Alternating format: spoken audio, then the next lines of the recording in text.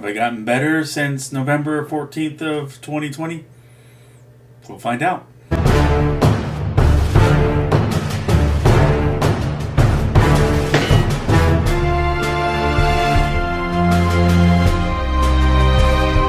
Welcome to my channel, KC. That's me, Carrie Chug, the Sludge Storyteller, here to talk about the wonderful world of storytelling and to open up discussion about how we can tell the best stories we can.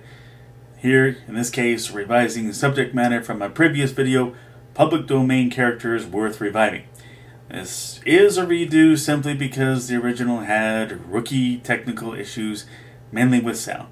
But since then, I've gotten a better microphone and figured out how to work the sound better. And after 2 years, selfish reasons actually for all the sound issues, that video somehow has become my most popular video by both views and likes.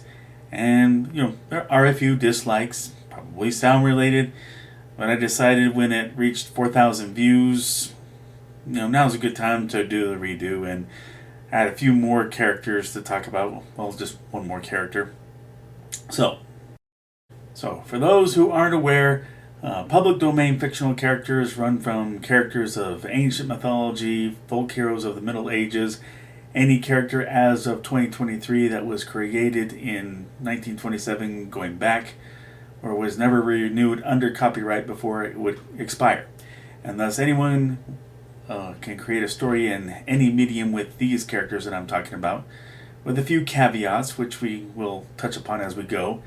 And there is a need to emphasize that the focus is on characters that have seen extremely little to no use at all since they have fallen into that status. Such characters that have been picked up by publishers like Dynamite, such as the Black Terror and the Phantom, they don't apply here. Get started and don't botch this one. Promise. So, Blue Bolt, originally created by Joe Simon and Jack Kirby under Novelty Press, and a little before those two collaborated on Captain America for what was then Timely Comics, now Marvel Comics. Originally in 1940, Blue Bolt was a football star who was riding an airplane when it was struck by lightning. A professor nursed him back to health with radium, which empowered him to project lightning at will for whatever reason. He was also given a lightning shooting gun. But now, as comics have become increasingly more sophisticated, more real-world scientific know-how has been effectively implemented into telling superhero stories. And with the science of electricity readily available for research, and a lot of people with a lot of scientific know-how have gotten into comics, but there's a lot of potential in bringing about a new story angle using expanded science to make use of electricity powers in more exciting fashion. And I like to see just what today's artists would do in redesigning Blue Bolt. A lot of characters have been redesigned in much cooler fashion since the Golden Age, so this day and age, somebody do Blue Bolt. My turn. Now, unclear who first wrote Green Mask, but the art was done by Walter Frame, first published in 1939 by Fox Publications. It wasn't until the next year that Green Mask's identity was revealed as Michael Shelby, a wealthy private investigator and son of a murdered senator. He started out as a Batman-type character with no superpowers, but later on he was empowered by an experimental ray device. This device that gave him superhuman strength and flight, and somehow he flew under DC Comics' radar, as eager as they were to sue any publisher who published anything similar to Superman. But after a hiatus of a few years, Fox Publications reimagined Green Mask as Johnny Green, somewhat similar to Spider-Man, in that he was a wimpy-looking kid who got kicked around in high school, but he'd get empowered as Green Mask by screaming out, "Yow!" and somewhat reminiscent of Shazam. And somewhat inconsistently, he was played like the Hulk, in that he wouldn't remember his exploits as Green Mask after turning back into Johnny Green. So, a lot to play around with here, and maybe even cherry pick from the different incarnations, combine them, mix and match them, could be fun. And let's see that happen. Now me! Now, I wasn't able to find out if the New England Patriots football team has copyrighted that name, but you probably have to change it simply to avoid any confusion. Stars and Stripes Pat, maybe, but Charles Biro and Bob Wood, the writers and the initial artists unknown, they brought about Pat Patriot and started out in 1941 with an origin story of Pat Patrios, who had just been fired from her job on the assembly line. She managed to get onto an amateur stage show where she wore a Stars and Stripes themed costume. After the performance, Pat ended up in a skirmish on the streets while she was still wearing her costume and came out victor, and thus she was looked upon as a superhero, and news reports grabbed her last name from Patrios and turned it into Patriot. The name stuck. So in much the same spirit as Captain America, Pat could find her place in today's superhero world if done in a way that embraces today's form of patriotism. My time to shine, now do it right.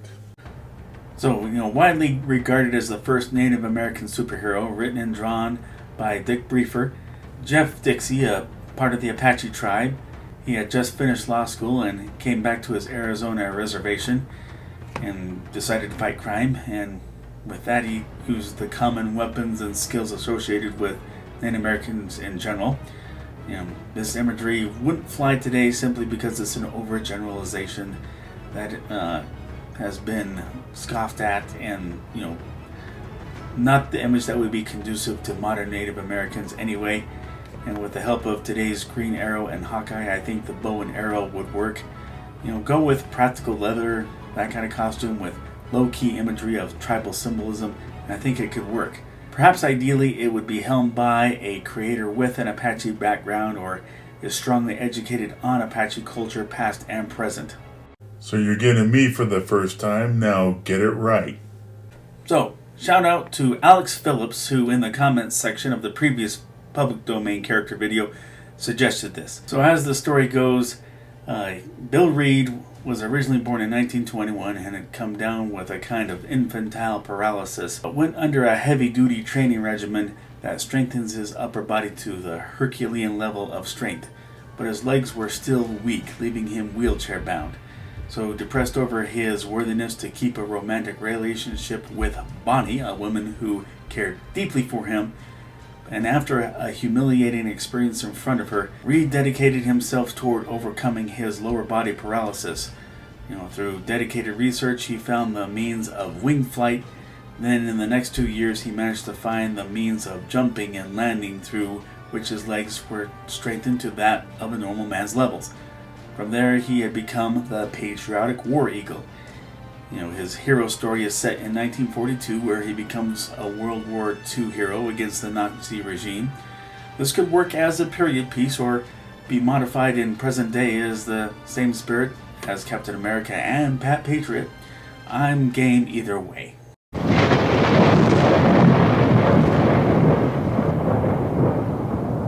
So as many know, Thor comes from Norse mythology and thousands of years back, so anyone can legally make a Thor story. So the restrictions that come into play obviously is any other version of Thor should look nothing like any Marvel iteration of him, and there have been several, but it helps that the Norse mostly depicted him as having red hair instead of blonde.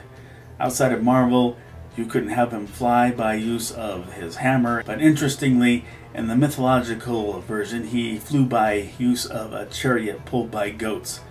Now, Thor had been portrayed in comics earlier than what we see now. You've got Thor from Top Notch Comics, #1 from 1939, published by MLJ. Then the Thor from Weird Comics, #1, 1940, Fox Publications. That came out in 1940. Dynamite Thor, also from Fox Publications under Weird Comics, 1940, I guess. They were experimenting. And then Charlton Publications, this Thor, and they call that title Out of This World Comics, but that was in 1959. But what I like to see is Thor in a setting that's contemporary to ancient Norse culture, with battles straddled between Asgard and the ancient Scandinavian region, and action-packed sword and sorcery, that style of epic. There have been some half-hearted attempts along those lines, but we've yet to have a quality project done that does the Norse mythology Thor justice. Hey, don't leave me out. I copyrighted you, Sledge. You got your trailers for your highlights. But that's my spotlight on these public domain characters. Thank you for watching. Agree, disagree, or something I left out? Please let me know in the comments section. If you like this video, please click like. If you like this channel, please click subscribe or follow me on Instagram. The link to order Sledge number 1 and number 2 is below in the description, where you can order just Sledge number 1 on Kindle. Any option you choose, you can order it on digital or paper format. Sledge number 3, we are still toward the end. There have been a few delays, and it's nobody's fault, but I promise it will have a strong ending to the 3-part miniseries, and it's hard to imagine a better artist that I could have gotten than Tiago. But let's all look for civility amid all the bad news out there, social, political. Let's look at everybody as a potential friend and not view anybody with suspicion. I think we can make more friends and enjoy more friends if we make that effort and look past any kind of difference we might have. Thanks for watching. Everyone be safe, and God bless.